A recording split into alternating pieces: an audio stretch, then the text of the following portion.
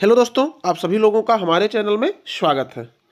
आज pre board परीक्षा 2025 class 10th में बोर्ड की तैयारी करने वाले बच्चों के लिए गृह विज्ञान प्री बोर्ड परीक्षा 2025 वेरी इम्पॉर्टेंट होता है। जो भी बच्चे तैयारी करते हैं उन बच्चों के लिए प्री बोर्ड परीक्षा बहुत ही इंपॉर्टेंट। 20 नंबर का बहुविकल्पी आपको OMR शीट में फिल करने होते हैं।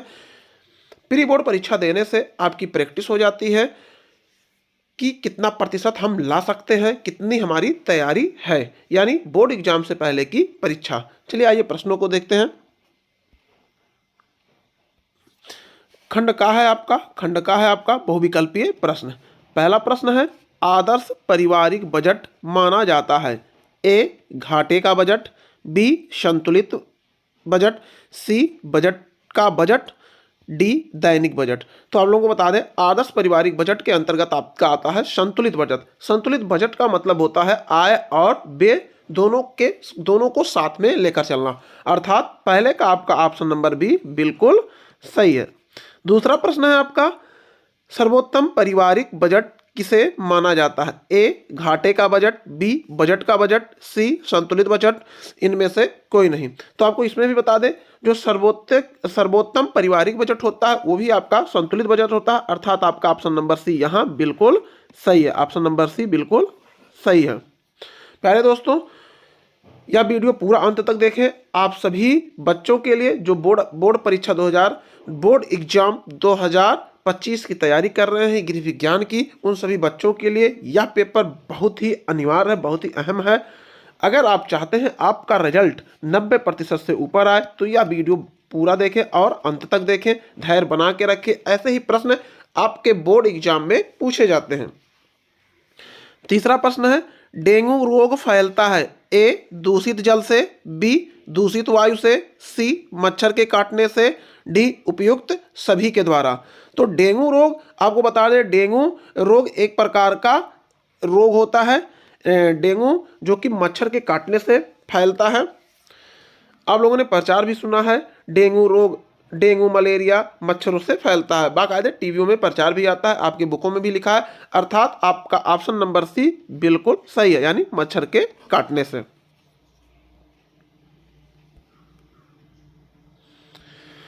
चौथा प्रश्न है हमारा, स्कर्वी रोग किस विटामिन की कमी से होता है? Vitamin A, vitamin B, vitamin C, vitamin D. तो आपको बता दें, स्कर्वी रोग हमारा विटामिन सी की कमी से होता है, अर्थात आपका ऑप्शन नंबर सी बिल्कुल सही है। पांचवा प्रश्न है, पर्यावरण प्रदूषण का कारण है ए नगरीकरण, बी वनों की कटाई, सी औद्योगिकीकरण, डी इनमें से सभी। तो आपको बता दें, पर्यावरण प्रदूषण के अंतर्गत नगरीकरण भी आता है, वनों की कटाई भी आता है, औद्योगिकीकरण भी आता है, अर्थात आपका ऑप्शन नंबर डी बिल्कुल सही है, इनमें से सभी। छठवां प्रश्न है, ध्वनि प्रदूषण के कारण है। ध्वनि प्रदूषण किसके किससे होता है? वाहनों के हॉर्न से भी होता है ध्वनि प्रदूषण,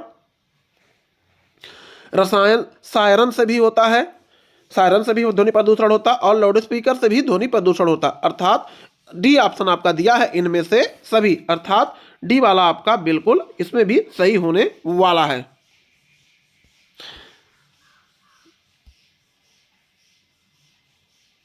सातवां प्रश्न है आपका, पृथ्वी के चारों ओर के आवरण को कहते हैं। ऑप्शन नंबर ए वातावरण, बी पर्यावरण, सी प्रदूषण, और आपका डी है इनमें से कोई नहीं।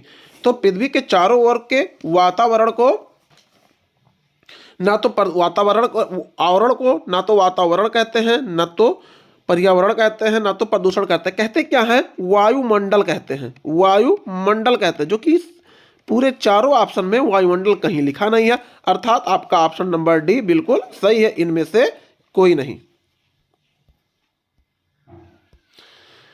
आठवां प्रश्न है आपका, निर्जलीकरण का अर्थ है ए शरीर में खून की कमी, बी शरीर में पानी की कमी, सी शरीर में कैल्शियम की कमी, इनमें से सभी।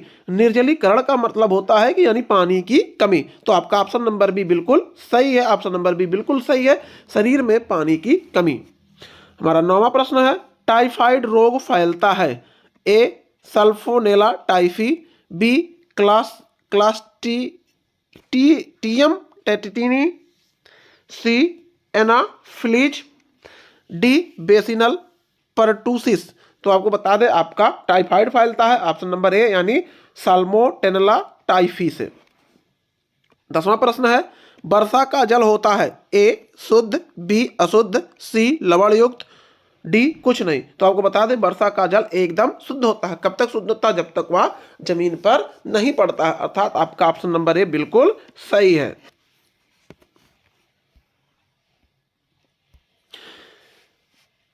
उन विद्यार्थियों के लिए यह पेपर बहुत ही अहम है जो विद्यार्थी क्लास 10th बोर्ड एग्जाम की परीक्षा की तैयारी कर रहे हैं विषय गृह विज्ञान की।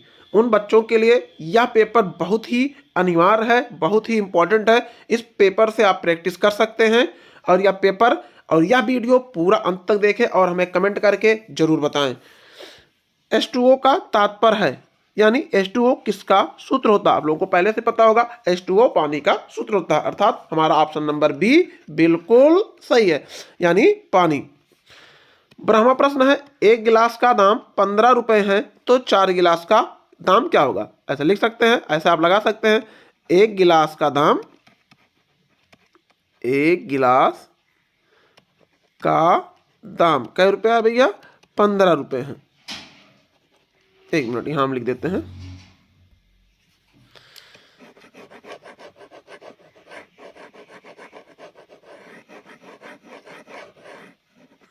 यहां हम लगा देते हैं, यहां से कलर को चेंज कर लेते हैं। एक गिलास का दाम बराबर 15 रुपए। तब कितने गिलास का पूछ रहा? 4 गिलास। तो 4 गिलास का दाम क्या हो जाएगा? 15 गुणे 4, 15 तिया 45, 15 चौके 60 रुपए। आपका ऑप्शन में भी देखते हैं कहाँ। ऐसे बच्चे जो परीक्षा की तैयारी कर रहे हैं गृह विज्ञान की, इसका स्क्रीनशॉट ले सकते हैं और इसकी प्रैक्टिस कर सकते हैं। चलिए 60 हमारा आंसर आ रहा, देखते हैं। हमारा ऑप्शन नंबर सी बिल्कुल सही है। 13वां प्रश्न है, पर्दे लगाने का मुख्य उद्देश्य है सजावट, बी आर्थिक स्थिति का प्रदर्शन, सी तीव्र वायु, प्रकाश एवं गर्मी से बचाव, अंधकार करना। तो पर्दे लगाने का आपका मुख्य उद्देश्य सी ऑप्शन होता है, यानी तीव्र वायु, प्रकाश एवं गर्मी से बचाव। ऑप्शन नंबर सी बिल्कुल सही है। 14वां प्रश्न हमारा, पीतल के फूलदान की सफाई की जाती है ए राख से, बी मिट्टी से, सी ब्रासों से, डी सर्फ से। तो पीतल की फूलदान की सफाई आपका ऑप्शन नंबर सी ब्रासों से की जाती है। ऑप्शन नंबर सी आपका बिल्कुल सही है। 15वां है, किसान विकास पत्र एक योजना है। किसान विकास पत्र किसकी योजना है? कह रहा है बैंक की है, डाकघर की है, जीवन बीमा की है, कोई नहीं। तो आपको बता दें किसान विकास पत्र डाकघर की योजना होती है, अर्थात आपका ऑप्शन नंबर बी बिल्कुल सही है। 16वां है, सरकारी कर्मचारी को सेवानिवृत्त मतलब होता है कि उसको रिटायरमेंट होना, यानी जितनी भी एज होती है, जिस भी विभाग में जितना एज होता है सेवा करने का, उसके उपरांत प्राप्त होता है, क्या प्राप्त होता है? वेतन। तो गलत है, बिल्कुल गलत है। वेतन जब वो नौकरी करता है तब उसे वेतन प्राप्त होता है, बोनस भी नहीं प्राप्त होता। ऑप्शन नंबर बी भी आपका एकदम गलत है, यानी रिटायर होने के बाद उसको पेंशन प्राप्त होता है, अर्थात ऑप्शन नंबर सी बिल्कुल और बिल्कुल सही है।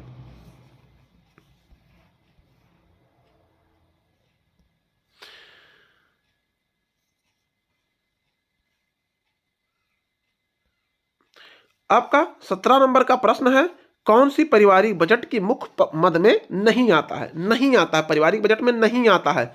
ए ऑप्शन है मकान, बी है आपका वस्त्र, सी है भोजन, डी आपका दुकान। तो पारिवारिक मद में मकान भी आते हैं, वस्त्र भी आते हैं, भोजन भी आते हैं, अर्थात आपका ऑप्शन नंबर डी बिल्कुल सही है, दुकान नहीं आते हैं। 18वां प्रश्न है, ध्वनि प्रदूषण को मापने की इकाई है। Option A joule, B ohm, C ampere, D decibel. तो आपको बता दें ध्वनि प्रदूषण मापने का जो इकाई होता है वो डेसिबल में होता है, अर्थात आपका ऑप्शन नंबर डी बिल्कुल सही है। 19वां प्रश्न है, जल द्वारा फैलने वाला रोग कौन सा है? प्लेग, चेचक, मोतीझरा, डी आपका हैजा। तो जल से जो रोग फैलता है इन चारों ऑप्शन में आपका डी ऑप्शन है, अर्थात हैजा।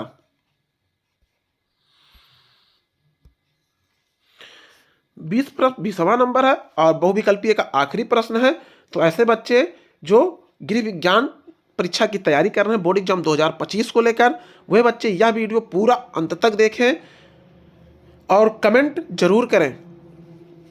ऑप्शन ए है सिलाई का सामान रखने के डिब्बे को कहते हैं। ए सिलाई मशीन, बी मेज, सी बक्सा, डी सिलाई किट। तो आप लोगों को पता है सिलाई का सामान रखने वाले डिब्बे को क्या कहेंगे, सिलाई किट। आपका ऑप्शन नंबर डी बिल्कुल सही है। ये जो 20 प्रश्न है बहुविकल्पीय, इनको आपको OMR शीट में भरने होते हैं। चलिए आइए अब हम खंडबा की ओर चलते हैं। खंडबा है हमारा अति लघुत्तरीय प्रश्न। इन यानी 21 से 26 यानी कुल 5 प्रश्न है, आपको लघुत्तरीय प्रश्न है जो कि 2-2 नंबर के प्रश्न होते हैं आपके लिए। और इनको कितने शब्दों में लिखना, 25 शब्दों में लिखना होता है। बहुत ही आसान है और इन प्रश्नों की आप लोग प्रैक्टिस जरूर कर लीजिएगा।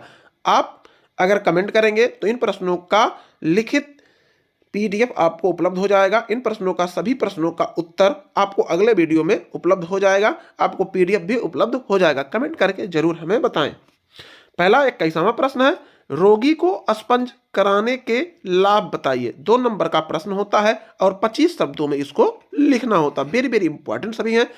प्री बोर्ड परीक्षा के ये प्रश्न हैं और आप जितने भी विद्यार्थी हैं बोर्ड एग्जाम 2025 की तैयारी कर रहे हैं गृह विज्ञान का, ये प्रश्नों का सलूशन जरूर प्राप्त करें। चेक के प्रकार बताएं, यानी चेक कितने प्रकार के होते हैं इनको बताना है। मात्र 25 शब्दों में आपको बताना है।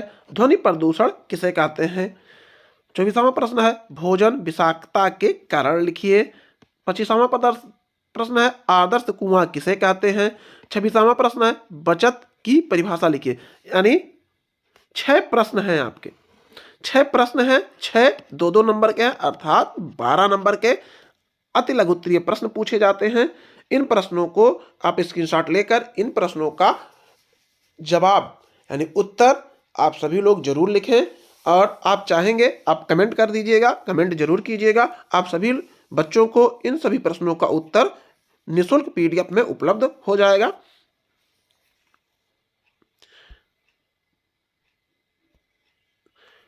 अगला आता है आपका लघुत्तरीय प्रश्न। लघुत्तरीय प्रश्नों की संख्या 27 से 31 होती है, यानी 5 प्रश्न होते हैं 4-4 नंबर के। इनको 50 शब्दों में, अधिकतम 50 शब्दों में लिखने होते हैं। 27वां प्रश्न है, कंधे का जोड़ उतरने का क्या उपचार होना चाहिए। 28वां प्रश्न है, घर पर सिलाई करने से क्या लाभ है। 29वां प्रश्न है, श्वसन क्रिया की दर से क्या तात्पर्य है। 30वां प्रश्न है, कैंची कितने प्रकार की होती है, इसके क्या लाभ हैं। 31वां प्रश्न है, पेचिश और अतिसार में क्या अंतर है। यानी 5 प्रश्न है 4 नंबर के, 5 प्रश्न है 4 नंबर के, यानी 20 नंबर का आपका क्या आता है, लघुत्तरीय प्रश्न आपके आते हैं। दीर्घोत्तरीय प्रश्नों को देख लेते हैं। दीर्घोत्तरीय प्रश्न 32 से 34, यानी आपके 3 प्रश्न दीर्घोत्तरीय के आते हैं 6 नंबर के, 6 18 नंबर का या दीर्घोत्तरीय आता है। इसको कितने शब्दों में लिखना होता है, 100 शब्दों में लिखना होता है, 100 शब्दों में लिखना होता है। 32वां प्रश्न है, स्पंज से क्या आप क्या समझती हैं, स्पंज कराने की विधियों का वर्णन कीजिए। अगर ये प्रश्न आ रहा है तो ठीक है, नहीं तो अथवा है, अथवा में अथवा करके ये है, श्वसन तंत्र के मुख्य अंग कौन कौन से हैं, इनके क्या उपाय हैं। 33वां प्रश्न है, भाप से पकाया गया भोजन पौष्टिक और सुपाच्य क्यों होता है। आ रहा इसको कीजिए। अथवा अपशिष्ट प्रबंधन से क्या अभिप्राय है, कचरे का निस्तारण आप कैसे करेंगे। इन प्रश्नों का उत्तर जानने के लिए आप हमें जरूर कमेंट कीजिए। अगले वीडियो में इन सभी प्रश्नों का उत्तर आपको दिया जाएगा।